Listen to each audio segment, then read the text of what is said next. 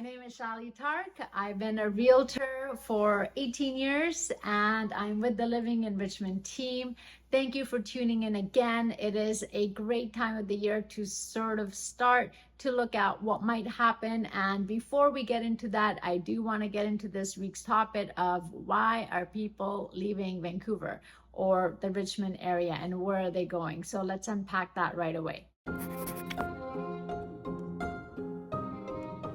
So the number one reason why people leave Vancouver, it's obviously not a surprise, is not just the cost of living, but it's the lack of employment opportunities. We've seen about 25,000 Canadians leave Vancouverites leave BC for Alberta. We see about 18,000 coming back in because, again, it's a great place to spend money, not necessarily make money, but the net loss is to Alberta. So we do end up losing a fair number of people. We have businesses that have taken their infrastructure, moved it to major hubs like Toronto or Seattle or Calgary. And so with them, they take the jobs and that attracts the people to move to where they are. So we're just not seeing as many opportunities. Of course, we do have some strong industries like healthcare, film, some electronic company or IT companies, software development, just because we're on the West Coast and it makes it easy for them to connect with Silicon Valley. But for the most part, if you are looking for anything outside of that and a little bit of entrepreneurship as well, then it is really going to be quite a challenge. And so a lot of people do make a decision, especially double income earner families, to move elsewhere so that there are opportunities not just for one family member, but for two, or if there's young adult children who are also looking for opportunities, there's a little bit more there as well. So there is no secret there that the employment opportunities are lacking. And sort of seamlessly moving into a symbiotic relationship, there is obviously the cost of living in Vancouver is quite high. So, you know, there was a 2024 survey done towards the end of last year, which was just a month ago, and it said that Vancouver was the most unaffordable city in Canada, Toronto being number 2. And on a global scale, it was actually the third most unaffordable city, coming in third to number 1 was Hong Kong, number 2 was Sydney, Australia. So that is quite a significant statistic, and that is something that is obvious when you are here in the city.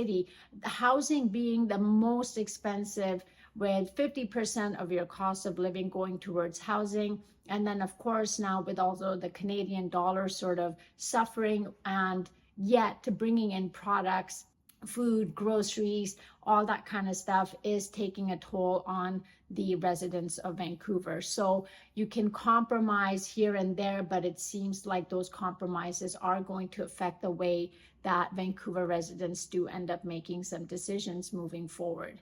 So definitely looking at economic opportunities. And if it's not just that, and you just want to take into account and go in somewhere where you can just have a lesser percentage of your income dedicated towards housing, then even there's people moving to the Victoria area, which is, you know, 30 to 40% less than Vancouver. So again, that is going to be the number one key factor that we're looking for. So if you do have properties in Vancouver, we may be relying on that Albertans coming in looking for a certain lifestyle change, and not necessarily people in Vancouver unless they're moving from different areas of the province. So cost of living, as we said, is one of the bigger ticket price items when it comes to your monthly affordability, when it comes to Vancouver. And, you know, I've been a realtor for 17 years, and there has been this sort of like underlying sentiment, like when the housing becomes more affordable or when the prices come down.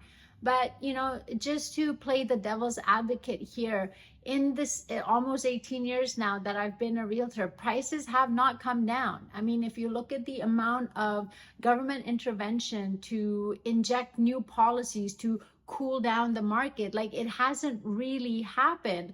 We tend to plateau and we tend to go sideways for a little bit. But the truth of the matter is Yes, there is a small population that struggles with the extra stress of having to pay for the housing, but a lot of the people are house rich. And so if you have, for example, somebody who's got a $6 million condo in downtown Vancouver or a $8 million home on the west side, if the market's not going to give them the value, they're just not going to sell. It's not like you're going to come in and say, well, you got to drop your price. I mean, the market's not there. We got to sell it for $4.5 million. That's just not a conversation that takes place. These are the people that can afford to hold the property and just wait. So we don't tend to see a lot of those distressed sales, but this stress level is very real, and it challenges a lot of people that are trying to make it and step into the market, or to step into, let's say, the second home now that they've got their first home that now they need something to upsize into. And so in this case, yes, the housing is going to make a drastic option in terms of their decision. But again, if you're waiting for the prices to come down, I can predict that's not going to happen. They might just plateau or flatline for a little while, but you're not necessarily going to see a decrease in prices in housing. It's just not happened. When I first started selling lots in Richmond, a 66 by 120 in the Broadmoor area, which was very sought after area, you know, we were selling lots for 500,000. Those same lots right now are 2 million. They're just not going to go down any further. Maybe you can score a deal and get one that has a complete teardown on it for 1.9, but is that any more affordable to somebody who is still struggling to get into the market? Nope. Not really. So that is the true nature of real estate in Vancouver, is if people don't have to sell and there possibly is going to be a loss, they just won't make the decision to sell. They will just hold it. So right now I'm having conversations with some investors who are holding too much property. So what we're doing is we are looking at their portfolio, we're looking at their books, and we're deciding which ones to offload.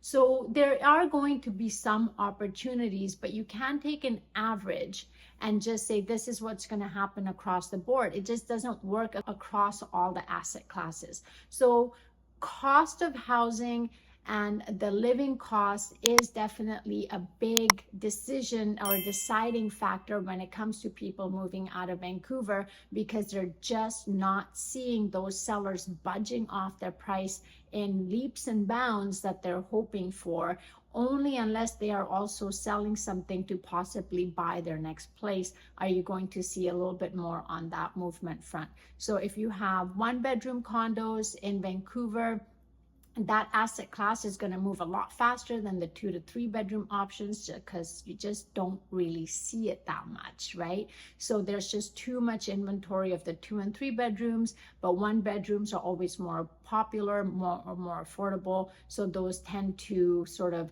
hold on to their value a little bit better. So cost of housing and just overall cost of living in the city is definitely a deciding factor when it comes to whether you're going to stay or if you're going to go. So the third reason a lot of people consider moving out of the city, but I don't think it's necessarily the number one reason, is depending on what areas you're in, we do have a fair bit of homelessness and crime rate when it comes to comparing ourselves to the rest of the province. Now, with the crime rate, I'm just going to say it's not very high, violent, targeted crime. That's not what's sort of rampant across the city. Most of the crime is theft. I know we've had a second run of this cheese heist. Cheese has a high street value right now. And so what's happening is it sort of goes hand in hand with the homelessness ratios as well. because out of the country, if you look at the weather, we have the most temperate and mild temperatures. So what ends up happening is it draws a lot of the people who have no housing to sort of come more towards the west and to settle here. Now, the Hastings area around Maine, that's where you're going to definitely see a lot of it in your face. But what that brings with it is, even though there's concentrated areas, is the movement of the people on the transient corridors. It allows them to sort of move about a little bit more freely. And so you do end up seeing like bike thefts, or, you know, if you leave certain property outside of your home, maybe, you know, stealing of Amazon packages if you don't pick them up off the door in certain areas more so than others. And I think that's, to be fair, that's generally going to be the case in any city. But because that homelessness and that crime sort of go hand in hand, it is something that can be quite evident if you're in certain areas. So if you didn't know about it, but you know, bikes, of course, they have a high street value. There's certain things. So cheese. How much cheese is too much cheese? Any amount of cheese. Cheese has been something that I believe Whole Foods had $13,000 worth of cheese just taken because it has a high street value. And so if you do find somebody selling cheese on the streets, especially on the downtown east side, you know what's going on there. If that sort of makes you scratch your head and go, why cheese? What? Cheese is very expensive. So we do have this sort of attraction to the US border being immediately to the south of us. I mean, from the Steveston area in Richmond, you're only like 20 kilometers to the US border. You can pop over to Point Roberts for the day and you can stock up on your milk and your cheese and all the sort of expensive dairy products, and then fill up your tank of gas in your car and come back and sort of call it a day, and hopefully there's some savings there for you. So it is a driving force, but it's just sort of to highlight the point that yes, we have theft, yes, we have crime, but you know, there's creative crime, but we're not necessarily seeing where you feel like your safety is in danger. In most cases, it's pretty safe in the city, but it does, for some people, end up being something that they just don't want to face, because a lot of the affordable sort of homes are in those areas. So it is something that when you step outside of your front door, it's something that you experience. And if you had a choice, you probably would rather move to a different area. And if that's not feasible in terms of your pocketbook, then it makes sense that these people would look elsewhere to find that same affordability, but without that environment surrounding their home. So cheese, but you get it. The homeless and the crime rate is going to sort of also help drive some of the movement of buyers and sellers when it comes to making a decision to leave Vancouver. So can't talk about real estate without talking about weather. Actually, the weather is always a topic of conversation every day, and that is one of the reasons, the fourth reason why people consider moving from outside of Vancouver. Now, I know we have our name, Raincouver, liquid sunshine. These are all the terms that we use to describe our city temperatures and city climate. And so most of the rain is in the winter time. And, you know, with the shorter days, you sometimes going to work and it's still dark. You come home and it's still dark. With more cloud cover, like sunlight is definitely something that you will notice is lacking, especially in the winter months. Summertime, beautiful beach weather, and you know, you're out and about and you end up with a lot of light, longer days, a lot of brightness, so it's not so much an issue. So, but with the rain though, one of the things I do notice when I'm doing showings in Richmond and I'm selling my properties in the Richmond area is I do get a lot of people who want to reconsider relocating from West Vancouver or the North Shore, which is more up in the mountains, and move to the Richmond area, because the difference in the annual precipitation is almost 50%. You have about 1900 millimeters of rain annually for the, let's say, Deep Cove, North Shore areas, and then you go all the way down even past Richmond, past Stevenson, and just into the Tawasin area where the ferries are, and they're about 900, and that's why they're named Sunny Tawasin. So they have the most amount of sunshine, and the weather clears up faster there first, and then they also have less rain. So the temperature, it is milder, but that daylight is something that a lot of people have a challenge contending with. You have to sort of figure out how you're going to work through those 4 or 5 months. Some people do plan their vacations in those months and to get away a little bit longer. But compared to going a little bit further south, let's say in the Richmond or Tawasin area, it is going to help a little bit. But really for those 5 months, it's enough for some people to say, I don't really want to deal with this. Plus, it's going to be cheaper for me to go to Alberta or elsewhere.